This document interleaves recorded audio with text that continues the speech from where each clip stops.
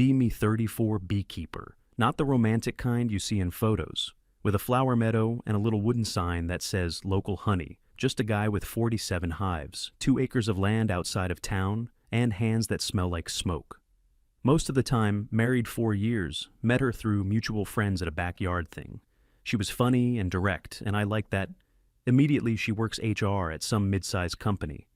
Downtown, her job is basically correcting how people behave at work, filing reports, mediating conflicts, sending emails with a lot of per our last conversation energy.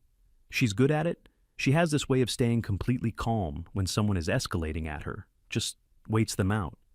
I respected that about her from the start, thought we were pretty well matched that way.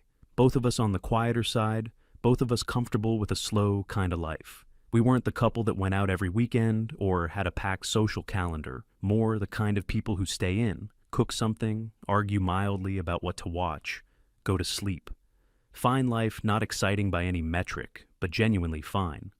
The property I have is about 20 minutes from town. Previous owner had a small orchard, mostly gone now, but a few of the apple trees are still there. I keep the hives along the tree line on the east side, where they get morning sun. The work is physical and slow and requires attention. You can't rush it and you can't fake it. Bees know the difference between someone who's paying attention and someone going through the motions. I learned that in my first season, and it stuck with me as a general philosophy about most things anyway. The first 2 years of marriage were good. We got into rhythms. I'd be up before she was most days, out to the hives at first light. She'd make coffee, take her time getting ready, drive into town. Evenings I'd usually have something started for dinner. By the time she got back, she'd change, come sit at the kitchen table, talk about her day while I finished cooking. I'd talk about whatever had come up with the hives. If anything notable happened, she asked questions about the work. She was actually curious, even though it wasn't her thing. Asked about why some colonies were more aggressive than others, about how you knew when a queen was failing, about the different honey varieties and what made them different. I liked that she asked. It made the work feel like it mattered to someone other than me. Things were solid. Then somewhere in year 3, the podcast started. I can't remember exactly when I first noticed. Think she mentioned something at dinner one evening, used a phrase I hadn't heard before. Something about emotional labor being unevenly distributed in heterosexual relationships. I asked what she was listening to. She said a podcast about feminism and relationships. Her friend had recommended it. I said, okay, didn't have a strong feeling either way. She could listen to whatever she wanted, but the vocabulary started changing gradually over the following weeks. Words like autonomy and invisible burden and relationship dynamics started appearing in regular conversation. I started noticing that the conversation was more often about what I wasn't doing than about anything that had actually happened. She'd come home, and instead of talking about her day, she'd open with something she'd heard on the commute about how men in relationships don't carry their share of the mental load, or about how women are conditioned to shrink themselves in partnerships. I'd listen, give my actual opinion if she asked, and mostly let it go. I wasn't going to start arguments about a podcast. But I noticed the shift. It was subtle. She wasn't suddenly a different person. But there was a background irritation that hadn't been there before. Like she was looking for evidence of something, checking to see if I matched a profile she'd been handed. Her friend had always been around, but became more present around this time. She works at a yoga studio, very certain about everything, talks in a way that makes you feel like you're already wrong before you open your mouth. Not malicious exactly, just relentlessly sure of herself and her read on things. I don't think she's a bad person. I think she found a framework that made sense of her own life and then assumed it was the one-size model. When they got together, the energy in the house would shift, not in a way I could name, precisely just in a way where I felt slightly like a subject being discussed rather than a person in the room. I'd usually find something to do, elsewhere workshop, porch, walk the property line. Not because anyone asked me to leave, just because the air was different and I didn't want to be in it. One evening I came in from the east side, jacket still on, smoker on the porch. She and her friend were at the kitchen table with a bottle of wine. Open they went quiet when I walked in. Not a guilty quiet, more the kind of quiet that happens when a conversation has been going on for a while, and a third party arrives. I got a glass of water, said, hey to the friend, said, hey to my wife, went to the other room to read, heard talking resume behind me, lower than before. At some point, I caught the friend's voice saying something like, you deserve to know who you are outside of this. I didn't hear my wife's response. I didn't try to went to bed before the friend left. That was probably about a month before the announcement. I call it the announcement, because that's really what it was. She sat me down one afternoon, same spot at the kitchen table where we've had every significant conversation since we moved in. Hands folded, posture straight, said she'd been thinking for a while, and she needed to take a solo trip, not a vacation. She was clear on the distinction. A solo trip 2 weeks somewhere in the mountains, hostels, no fixed plan. She needed to prove to herself she could exist outside of the relationship on her own terms. She needed space to figure out who she was. As an individual, I took in what she said, asked if something was wrong between us. She said no, this wasn't about me. It was about her, about rediscovering who she was, outside of the structure we'd built together. I thought about it for maybe 3 seconds, said okay. Asked if she wanted a ride to the station, or if she was taking the car. She stared at me, genuinely looked like I'd answered in a language she didn't expect. Asked if that was really my whole reaction. I said I wasn't sure what other reaction she was looking for. She wanted to be independent. I wasn't opposed to that. So she should go. She said she expected me to push back at least a little. I said I wasn't going to argue against her doing something. She said she said something about how the whole point was partly to see how I'd respond. I said that's not the same thing as a reason to go. She didn't have a response to that right away. I could see her recalibrating something internally. Then she said, fine, said she'd leave at the end of the week. I said that was fine. The week before she left had a slightly charged atmosphere, but nothing dramatic. She was packing, researching trail routes, reading hostel reviews. I was in the middle of a stretch of mid-season inspections on most of the colonies. We were mostly in the same house, doing different things. Couple of normal dinners, normal evenings. One of those evenings she was on her laptop researching the route trail conditions, hostel ratings, what gear she'd need. I was reading at the table nearby. At some point she looked up and said something like, "Aren't you even a little worried?" I asked what she meant. She said about her going alone, staying in hostels, not having a plan. I said I trusted her to handle herself. She looked at me for a second like she was trying to figure out if that was a compliment or not, then went back to the laptop. She mentioned once that her friend was thrilled about the plan, said it was exactly what she needed to do. I said I hoped it would be good for her, meant it genuinely. The morning she left, I was already out at the hives. By the time she was loading the car, she came out to the fence line, one bag already in the back seat, called my name. I pulled off the veil and walked over. She looked at me like she was waiting for something to happen, a speech maybe, or some kind of expression. She'd been anticipating. I told her to drive safe and send a message when she got there. She said okay, got in the car, backed down the driveway and turned toward the road. I watched the car until it turned at the bend, put the veil back on, and walked back to the hive. I'd been working. There was a colony in the 3rd row that had been behaving unusually for about a week. Population seemed fine from the outside. Activity at the entrance was normal, but something felt off in the way. You notice things after you've been doing the work long enough. I spent a good 2 hours going through it. Frame by frame found the issue.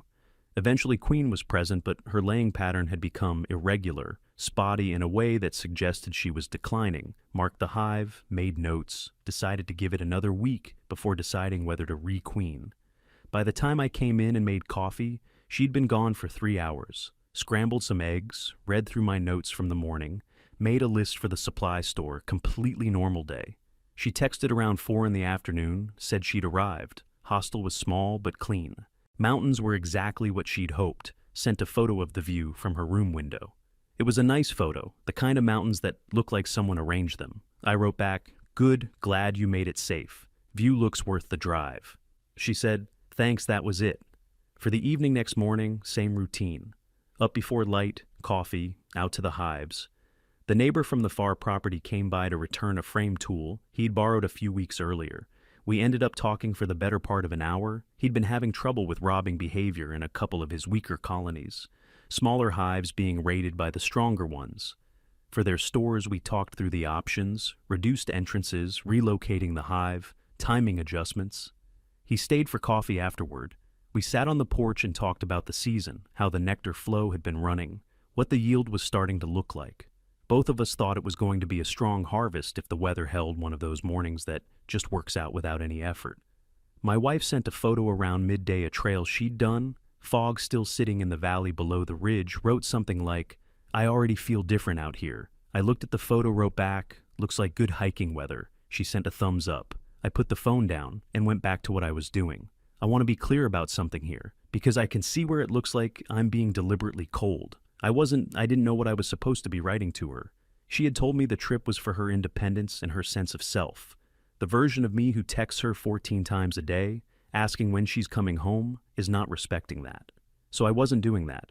I was taking her at her word. Whether she actually meant the words she used is a different question. Days were full, regardless. The supply store run took most of one morning. A colony I'd been watching for swarm preparation needed attending, found a queen cell, made the call to do a split setup. A nuke with the frame and a decent population of nurse bees gave them a chance to raise their own queen from the cell. That's a whole process that takes attention and follow-through. Over days had dinner one evening at my neighbor's place. His wife made a big pot of something. We sat around the table and talked about normal things. Land prices going up in the area, their son who'd recently moved for work, whether the dry stretch was going to affect the late summer flow, drove home around 10. The dog that had been showing up for a few weeks came around when I pulled in. I gave it some food and left the porch light on, went to sleep in the morning. I found it asleep on the porch mat. I stepped over it, made coffee, went to the hives. It was still there when I got back, starting to feel like a decision was being made for me. She texted that night, but I was already out. Saw it in the morning. She said she'd met some interesting people at the hostel, a couple doing a long cross-country route. A woman who'd been traveling solo for a month said it was strange in a good way to talk to people with no shared context. I wrote back, sounds like a good crowd to fall in with that. Morning, I had a delivery to prep 2 cases of the spring blend for the restaurant in town. The chef there had been buying from me for a couple of years. Uses the honey in a house, dressing, and a dessert on the current menu.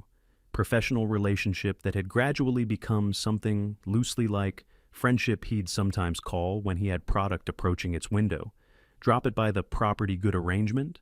I loaded the cases into the truck, drove in, dropped them off, stayed for a coffee at the bar while the place was still quiet before service drove back. She called that afternoon, probably day 6 counting from when she left. I picked up on the second ring. Had my jacket half off from coming inside. Voice sounded a little flat compared to the earlier texts. Asked how I was doing. I said fine. Asked how she was. She said good, tired from a hike. We talked about nothing in particular for a minute. Then she said, kinda just dropped it into the conversation, that she had expected me to reach out more. I said I hadn't wanted to interrupt her trip. She said I wouldn't have been interrupting. I said okay, I could text more, if that's what she wanted. She said she didn't want me to do it, because she'd asked. I sat with that sentence for a second. I understood what she meant. I think she wanted the contact to be coming from something natural in me, not because she'd requested it. But here's the problem with that. For me, it was completely natural to leave her alone. That was my actual response to someone who said they needed space and independence. I wasn't playing a game. I didn't know the correct move was to ignore what she said and text constantly. Anyway, I said I wasn't sure how to work around that. Logic asked what she actually needed from me right now. Whatever it was, I'd try to do it. She said she didn't know. I said, let me know when you figure it out, and I'll do my best. She said, okay. We talked for a few more minutes. She asked if the dog had come back. I said, yeah, showed up again. I'd given it food. She said, good. She always had more feelings about that dog than she let on directly. We said goodnight. I made dinner and thought about the call while the pan was heating. Something was off. But I still couldn't locate it exactly. It felt like she was testing the temperature of something and not finding what she expected. I didn't know what the expected reading was supposed to be, so I had no way to help day 8 or so.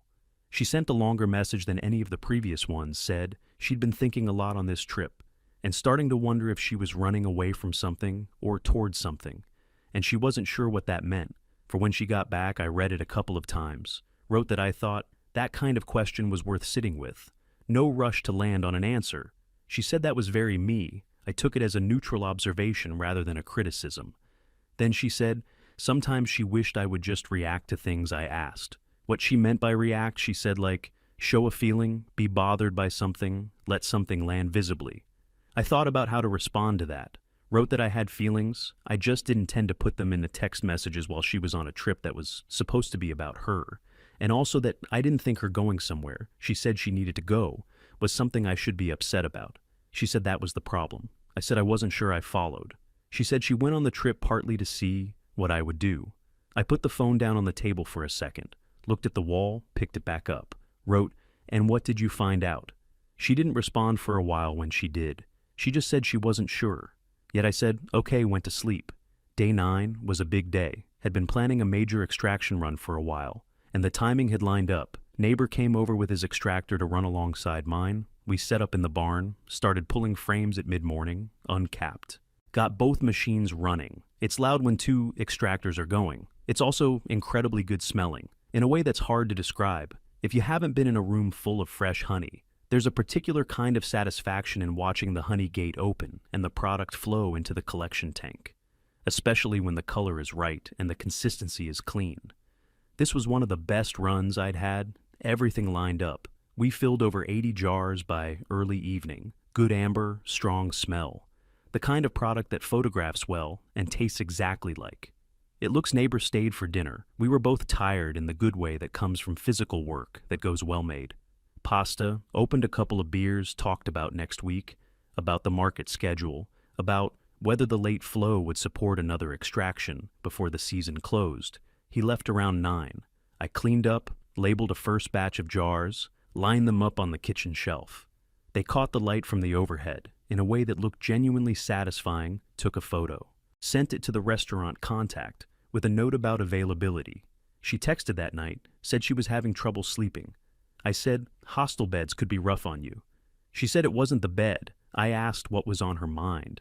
She said she kept thinking about home, which surprised her because the whole point of the trip was to not think about home. I said that sometimes being away helped you figure out what you actually wanted to come back to.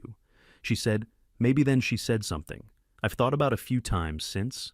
Said she thought independence was supposed to feel like expansion, but mostly it felt like absence. I read that carefully, wrote back, maybe those aren't actually different things, and you're just feeling both sides of it. At the same time, she said maybe said goodnight. I went to bed thinking she'd probably come home before the 2 weeks were up. Not because she was miserable there, exactly more, because I think she had done what she came to do and wasn't sure what the second week was supposed to add. Day 10 she called, midday. I was in the middle of something, but picked up. She said directly, right at the start, "Do you want me to come home?" I said, "Of course I do." She said, "Then why don't you act like it?" I said, I was acting like someone who respected what she told me she needed. She said sometimes respecting someone's words means seeing past the words to what's underneath. I thought about that for a second, said, I wasn't going to perform, worry for her benefit. That would be putting on a show. She said that was infuriating.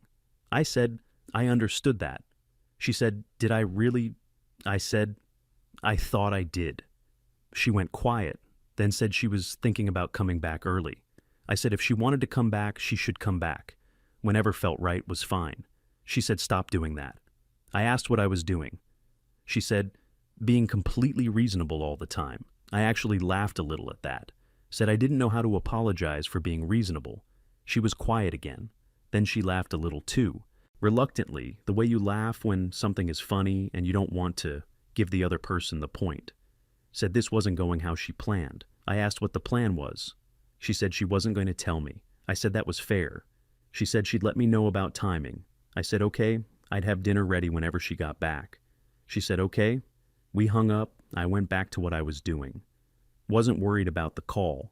Something had shifted in it, and I thought it was moving in a reasonable direction. Day 12, she texted early in the morning, said she was coming home in 2 days. I said, great, let me know your arrival time. She sent the time in the afternoon. I said I'd be home. Spent those 2 days finishing the extraction, cleanup, rinsing equipment, storing the extractor, doing the accounting on jars, pricing the secondary batch for the farmers. Market table, neighbor came by again with a question about one of his weaker hives going into the end of season. We walked the hive together. I gave him my read on the store's situation. Normal couple of mornings on the day she was coming back, I made sure to be done with the hives before noon, cleaned up properly, got changed, started thinking about dinner, decided to keep it simple. Something I knew she liked, also cleaned the house properly. Not because I'd let it go, just because it seemed like the right thing to have done by the time she walked in, wiped everything down, changed the sheets, put fresh towels out. The kind of thing you notice when it's done and don't notice when it isn't. She pulled into the driveway just after 4 in the afternoon. I heard the car and came out to the front of the house. She had one bag. Looked tired in a way that wasn't about the drive, the kind of tired that comes from thinking too hard for too long. I took the bag from her, asked how the drive was. She said long. I said those mountain roads do that. We went inside. She stopped in the kitchen doorway for a second and looked at the jars lined up on the shelf. I had arranged the good ones from the harvest. Maybe 30 jars in 2 rows. The light was good at that time of day. They were catching it. She stood there just looking at them for a moment. I asked if she was hungry. She said not really, asked if she wanted tea. She said yes. I put the kettle on. She sat down at the table. I brought the cups over when it was ready. Sat across from her. Asked how it was. Overall, she said it was a lot to process. I waited. She said it wasn't what she expected. I asked what she expected. She said she thought she'd feel more certain about things by the end of 2 weeks, more clear on things. Instead, she'd spent most of it arguing with herself. I said sometimes trips are like that. The clarity comes later. She held her cup, said her friend had texted her multiple times over the whole 2 weeks checking in, telling her she was brave, that this was so important.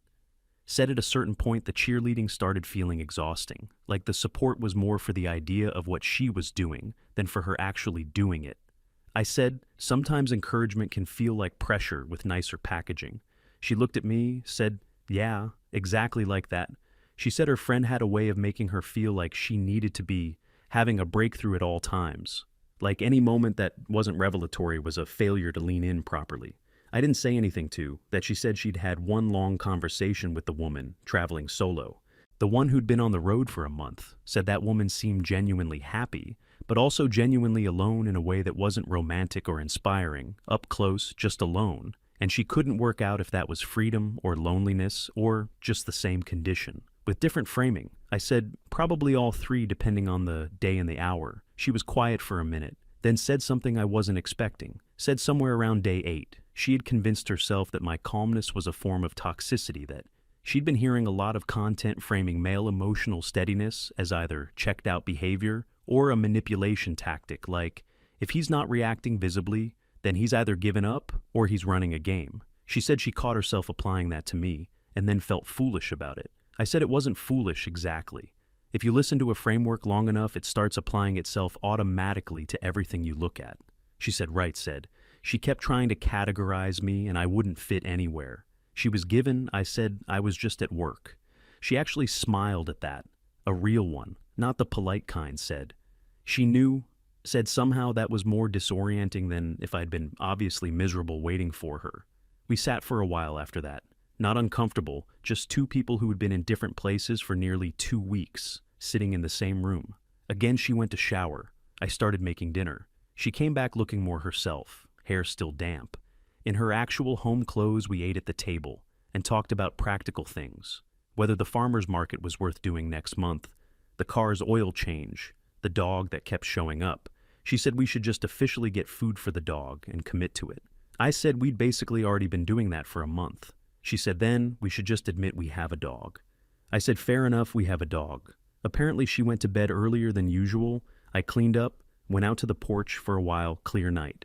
Warm enough to sit without a jacket. The hives were quiet the way they get after dark. That low hum you can barely hear if you know to listen for it. I thought about the 2 weeks not with anger or satisfaction or any strong feeling, just turned it over. The way you turn over a frame to look at both sides. She had gone to find herself, and found a lot of questions instead of answers, and found that I wasn't the thing she'd been told I probably was. I didn't know yet if that was good or complicated for us, thought it was probably both. At the same time, went inside, went to bed. The following days were adjustment, nothing dramatic, just recalibration. She went back to work, I went back to the hives. She was quieter than usual in the evenings, but not a withdrawn quiet, more like someone who has a lot running in the background while they do regular things. Her friend called a couple of times during that period. I noticed the calls were shorter than they used to be. My wife would give brief answers and wrap it up without the long kitchen conversations that used to follow.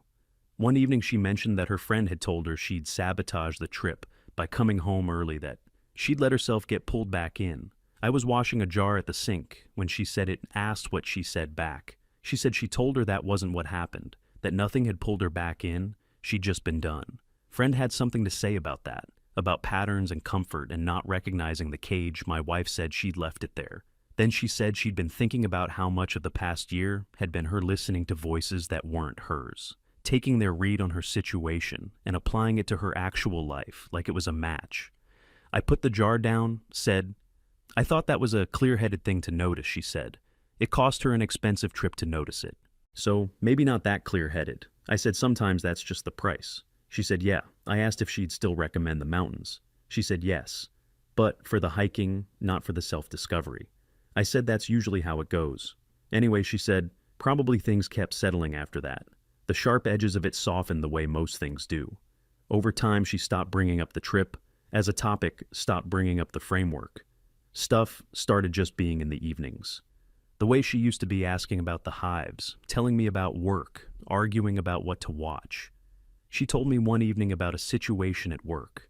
One of the managers she'd been mediating around for months had finally crossed a line that was documentable. She had to write up the report, spent the story getting more animated as she went. I told her she'd been right about him from the start. She said she knew, said sometimes you have to wait for people to show you what they are. I said that was true of most things. She said, "Yeah, gave me a look. I couldn't fully read, didn't say anything else about it." I didn't push her. Friend came by once, maybe 3 weeks after she got back. They were on the back porch with wine. I was in the workshop doing maintenance on the extractor, came through for a drink at some point, and caught the tail end of something. Friend saying, my wife had just gone back to normal, like nothing happened. My wife said that was because nothing happened in the way she was implying. Friend said something about patterns and comfort zones and not seeing them clearly when you're inside them.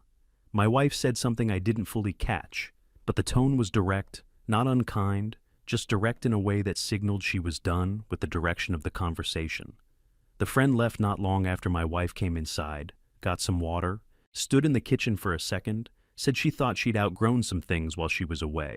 I said that could be a good thing. She said she thought so. Few days after that, she came out to the hives for the first time in a while, just stood at the fence and watched me work a row. I finished and walked over. She said she liked watching that. It looked like I knew exactly what I was doing. I said most of the time. She said that must be a nice feeling. I said it was. She looked at the hives for a while, then said she was sorry, not in a big way, not making a production of it, just said she was sorry for building a version of me in her head, based on a template she'd been given, and then feeling frustrated when I didn't match something I hadn't been consulted about. I said she didn't need to apologize for that. She said she did a little. She said the podcasts had been filling in blanks with a particular set of answers, and she'd been listening to them long enough that she stopped checking those answers against her actual experience. I said, that's an easy thing to let happen. It's comfortable to have a framework that organizes the confusion for you. She said, but at some point it started picking fights that weren't there, seeing patterns in things that were just me being me. I nodded. She said she was done with those particular ones. Not with the broader ideas necessarily, just with that specific source. I said that seemed reasonable. She said I didn't have to be diplomatic about it. I said I wasn't being diplomatic. I genuinely didn't think all the ideas were wrong, just that they'd been applied badly to a situation that didn't fit the template. She looked at me for a second, said, okay. She went back inside. I went back to the hives. The season ended strong, best harvest in 3 years. By a clear margin, the restaurant doubled their standing order for the following year. I added 2 new colonies over winter from the split that had worked out. Well, things kept going, things kept being fine. She's still at the same job, still comes home with stories about correcting people's behavior and navigating whatever the current drama is. I'm still at the same hives, still coming home smelling like smoke. The dog is official, now has a name, has a bowl, has a spot on the couch that my wife pretends not to see. Her friend is still around, but different. Not as present, not as loud. When she is, the podcasts are probably still on her phone somewhere. I don't ask, not my business, what she listens to. I think about the trip sometimes when I'm working a row in the mornings, not with any strong feeling attached, more like an interesting stretch of time to look back at. She left to find herself, and found mostly that she didn't know exactly what she was looking for. She came back and the house was clean. The honey was jarred. The dog had been fed. I hadn't been sitting in the dark waiting for her. I had just been here doing the work. That's really what the whole thing came down to when I strip everything else away. Not any grand statement about independence or feminist frameworks, or who needs who. Just the fact that I was already okay, had been okay the whole time, didn't need her absence to discover that already knew it. She needed the trip to work out what she needed, and part of what she found out was that she'd been handed a map to a place that didn't quite match the territory she was actually in. I'm not going to editorialize too much about what that means in the bigger picture. I'll just say the hives are full. Heading into next season, found a good spot for 2 new colonies on the west edge, where there's more clover cover. Spent a morning prepping the ground, getting the stands leveled, good work, the kind that pays off quietly. Over time, the dog has decided the porch is hers, at specific hours, and will stare at me if I try to sit in the wrong chair. My wife bought it, a proper bed, put it inside, near the back door. Dog sleeps there most nights. Now my wife came out last week to watch the evening inspection, stayed for the whole thing this time. Not just a few minutes at the fence, asked questions, remembered details from months ago, when I'd explained something about queen behavior on the walk back to the house. She said she thought she understood why. I liked the work. I asked what she thought. The reason was, she said, because it rewards you for paying attention. I said, yeah, that's most of it. She said that was rare. I said it was. We stood there for a minute in the evening. The light was going sideways through the apple trees. The hives were making that low sound they make when everything is in order. She said something I didn't catch at first. I asked her to repeat it. She said she was glad she went. I said good. She said, but not for the reason she thought she was going for. I said, yeah. Those trips usually work like that. She looked at me, said, did you know that before I left? I said, I had a feeling she asked why I didn't say anything. I said because you had to go find out yourself. She was quiet for a second, then said that was either very wise or very annoying. I said, probably both. Depending on the day, she shook her head, not upset. Just the gesture people make when they don't have a comeback. We walked back to the house together. I made tea. She sat at the table with her feet up on the opposite chair, the way she does when she's properly relaxed. We didn't talk about the trip again that night, talked about the farmer's market coming up, and whether it was worth the early start. She said she'd come with me this time. If I wanted, I said, that'd be good. Extra pair of hands, helps with the table. She said she'd drive so I could sleep on the way. I said she'd have to be up before 4. Then she said she knew, said it wasn't a problem. I said all right then, that was it, MFW.